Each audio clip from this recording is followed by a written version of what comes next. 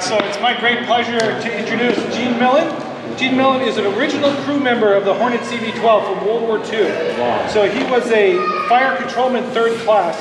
It was his job to manage the fire control on the anti-aircraft guns. And so he served on the ship from when it was commissioned in 1943 until it returned to San Francisco after it was damaged by a typhoon at the end of 1945. So Gene has a lot of great stories to tell, but we're going to bring him on for a few minutes so you guys can ask him any questions you want, but maybe we'll let him just talk for a few minutes first. So Gene, say hi to everybody. Hi everybody, my pleasure to be here, talk with you folks. Quite an honor to see you, and I thank you. And I just started off with, I guess he told you, travel control reporter, and you're pretty close to where my shack used to be. And it was on the hangar deck. I mean, one deck below the hangar deck.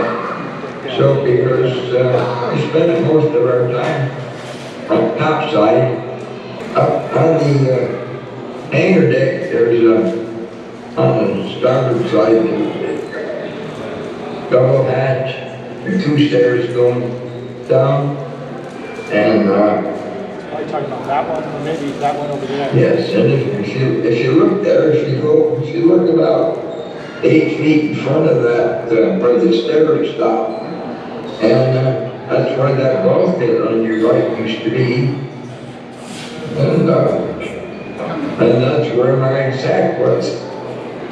But we can't see it because they moved it out. But I would, as a fire patrolman, my main job was to take care of the gun sights that sat on all the 20mm guns. So each one had a gun sight.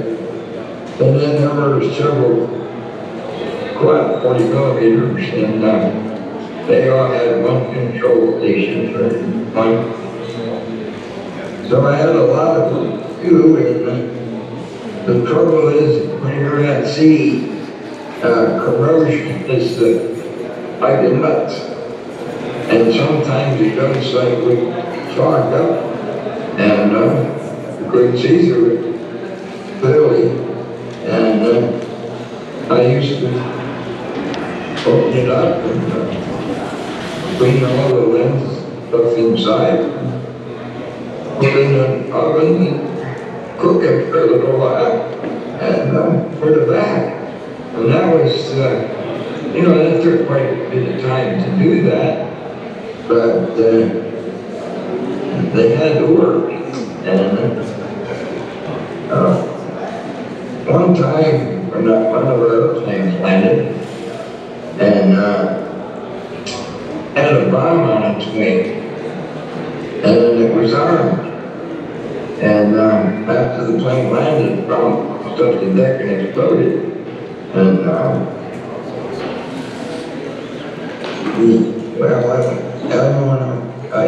gonna back up. If you see in the booklet, a lot of times when the planes landed, they went up like this, and the prop went into the deck.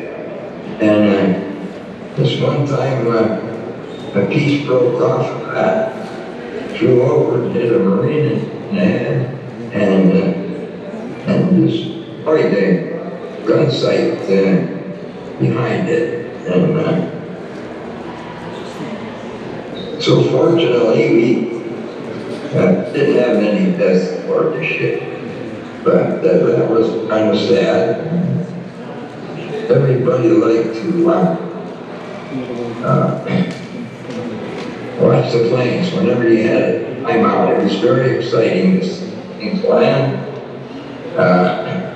I've seen them come down and hit hard, and in those days the tires had inner tubes, and you see wounded inner tubes like that over the side of the ship.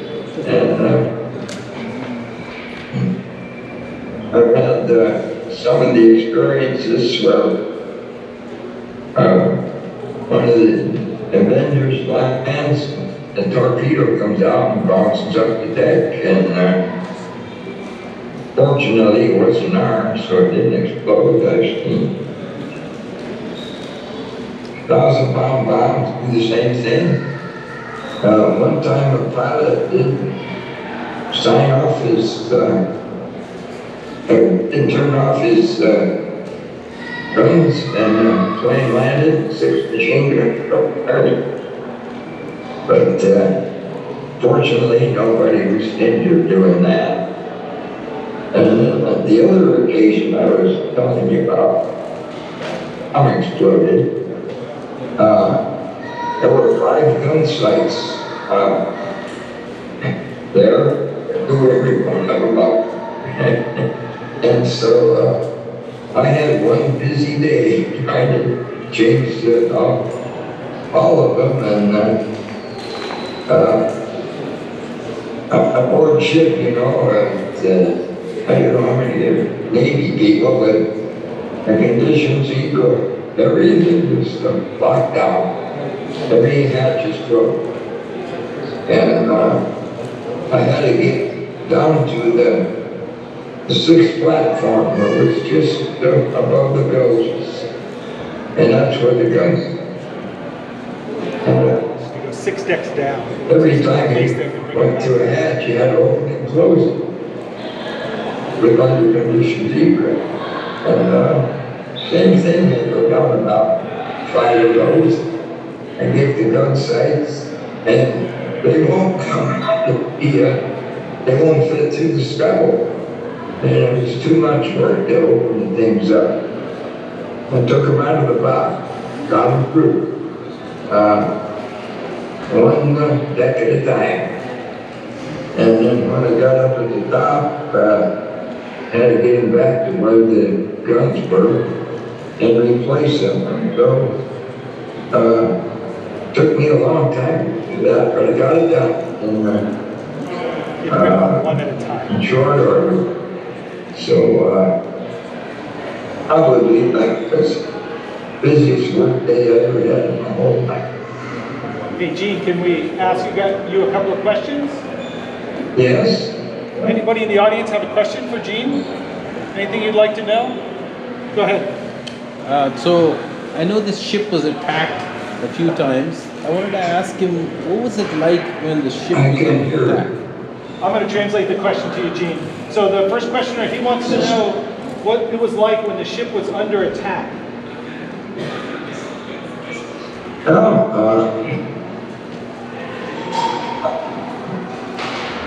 My normal station was to, I was right near the entrance from the tower out onto the right deck, and we stayed in a room called the optical shop, which was just underneath that, and so we were always close to the top. And one time while the planes are flying over and attacking stuff and we're shooting at it, one of our flat 40mm didn't needed some help, so we had to go out on the flight deck and take care of it. At first I was a little bit nervous, but then I realized it had to be done. And but outside of that, I had been on the flight deck when we were under attack, and a lot of our guns were firing, kind of noisy, and sometime a Japanese Betty, what was the 2-engine jet plane, the torpedo plane, was flying toward us, and they were firing at it, and I actually could see the tracer bullets going through the plane. And kept getting closer and closer, and all of a sudden it just disappeared, dropped out of sight. And it was probably within 100 yards when it went down. And Okay, Gene, we'll go for another question. Hang on one second. Someone else had a question, I think? Go ahead. Are there any specific battles that you remember the most, or? Okay, Gene, the second question is there any specific battles that you remember the most? oh, well, one of the things I remember the most is our planes all took off. Almost every plane was off ship, and they flew a long ways. Every plane had a fuel tank hanging on the bottom of it, and when they were coming back, it was every light on the top side of the ship was there, and they were landing airplanes. No matter whose airplane it was, we let them land. I mean, whatever aircraft carrier it came from. And then they had to plane land the elevator and push it in the seat to make room for the next one. He's And talking about the Battle of the Philippine Sea, when they turn the lights on to guide the planes in. Keep going to the yes, side. right, yeah. And that's probably the mistake I remember the most. I do think that's probably the biggest battle the Hornet was fully involved in. Any other questions? Go ahead. Is there experience of any mass kamikaze attacks? I'm sorry? Mass kamikaze attacks. Kamikaze attacks? Do you remember any kamikaze attacks? Yes, there was a kamikaze that was headed for our airplane, and I don't know, he overshot it and landed in the ocean. And they picked him up and had him aboard ship. And at the same time, there was a ship out of Korea, and we found about, I don't know, whatever the whole crew of the ship was, plus some people that were being taken from Korea to wherever Japan wanted to go. And he was amongst that crowd, and he was a very proud, wouldn't associate with any of the Koreans. He just went off by himself. Whenever he was up on the deck, he thought he was so special. And eventually it was all taken.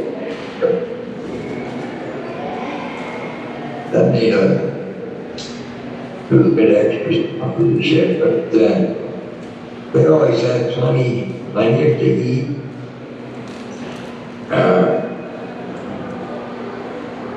I like just thinking of it, but plenty of coffee. I should use 450 pounds of coffee a day. Add to that, it's hard to think of that. 250 pounds of butter a day. Any other questions? One more question, Gene? Okay. How close did you get to collisions at sea? Have you ever had any collisions at sea?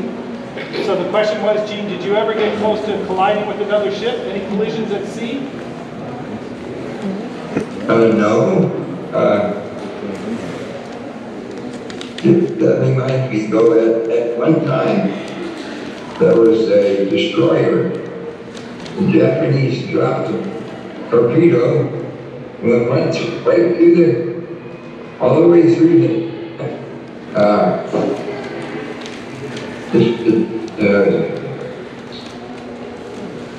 destroyer?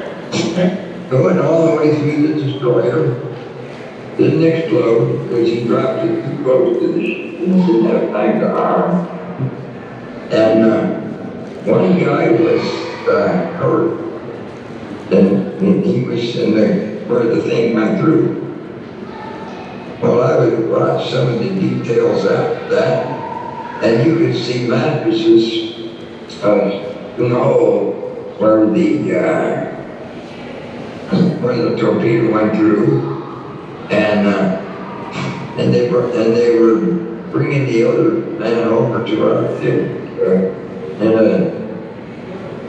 like in a basket, and of course we had a hospital, so we take care of them. And The Hornet had a full hospital downstairs. The smaller ships had very limited medical facilities, so they'd often transfer their worst patients to the bigger ship that had the better hospital. Any other questions? Anybody else? Here we go. What is his favorite thing to do during the day? Now. Yeah. All right, Gene, they want to know what's your favorite thing to do during the day now? Not back then, but today. oh, today, all I said, my favorite thing to do is the doo-doo and tree saw on it. What was that? I didn't hear the last part. Please, though. I enjoy doing that, yeah. Okay. I got one more question, Gene. Who is his best Okay. friend? Who is his best friend in the war? Who was your best friend in the war? Oh, he went by his initials J.B. Nelson. And he was my best bud. We both knew the Lord, and we'd sit on my back bunk and read a devotion every night before we hit the sack. And when we were both, one was on watch, the other. And you know, in those days, you watch 4 on, 8 off. And we always had general quarters, an hour for sun up and an hour. Well, not, I got that wrong. An hour at night before sun went down. And in the morning, we were there for sun up. So I tell you, we didn't get very much sleep. And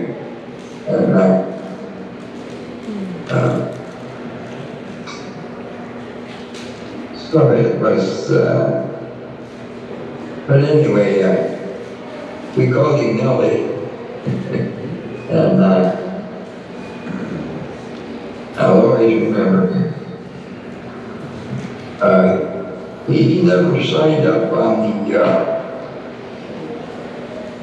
Together We Serve as a thing by the Navy where the people of a ship can all be there. In fact, if you're on it,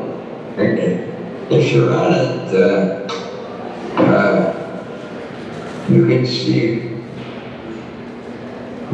things about. I think we saw you on there, for example. So we don't want to keep you too long. We're going to ask one more question, give one more. So the question is, Gene, what was your favorite food on the ship? Well, I liked Saturday breakfast. What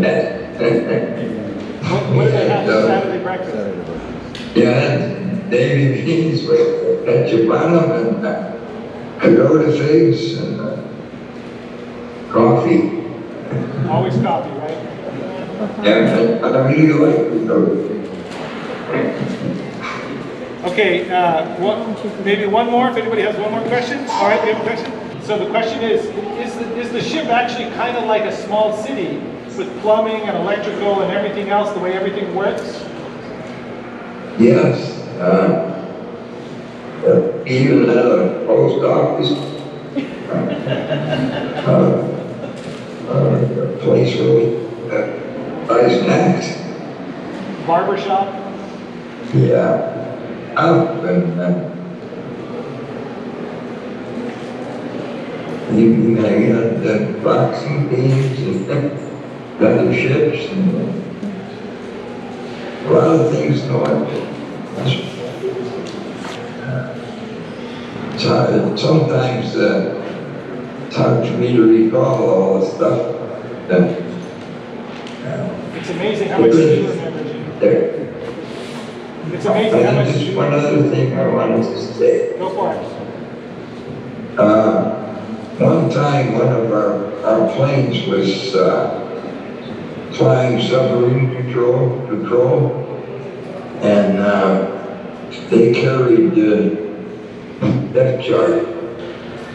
And one time one of them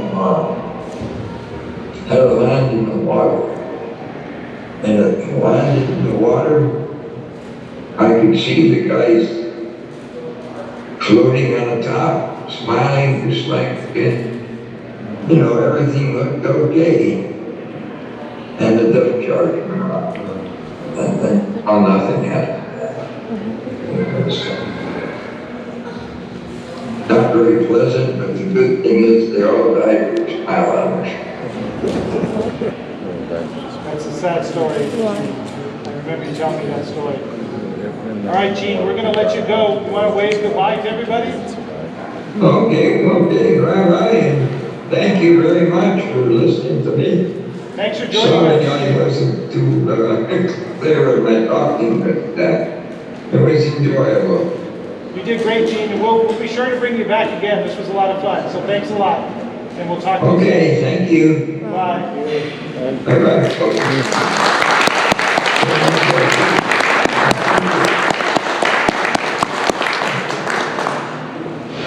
How old is Gene? He's 97. So he shipped out on the Hornet from basically the day it was commissioned in late 43, and he served on it all through the war. When they were damaged by the typhoon, they sailed back to San Francisco for repairs, and he got off the ship then, and so that's probably late June, maybe even July 1945, and then, so basically from the beginning of the ship to the end of its service in World War II, he was there for all of it. So he's really a great treasure. There's a great video of him on our YouTube page that George Retalis right here did of him, so if you want to see a little bit more of his story, some of the stories are the same, but there's a few other tidbits in there that's very interesting. So.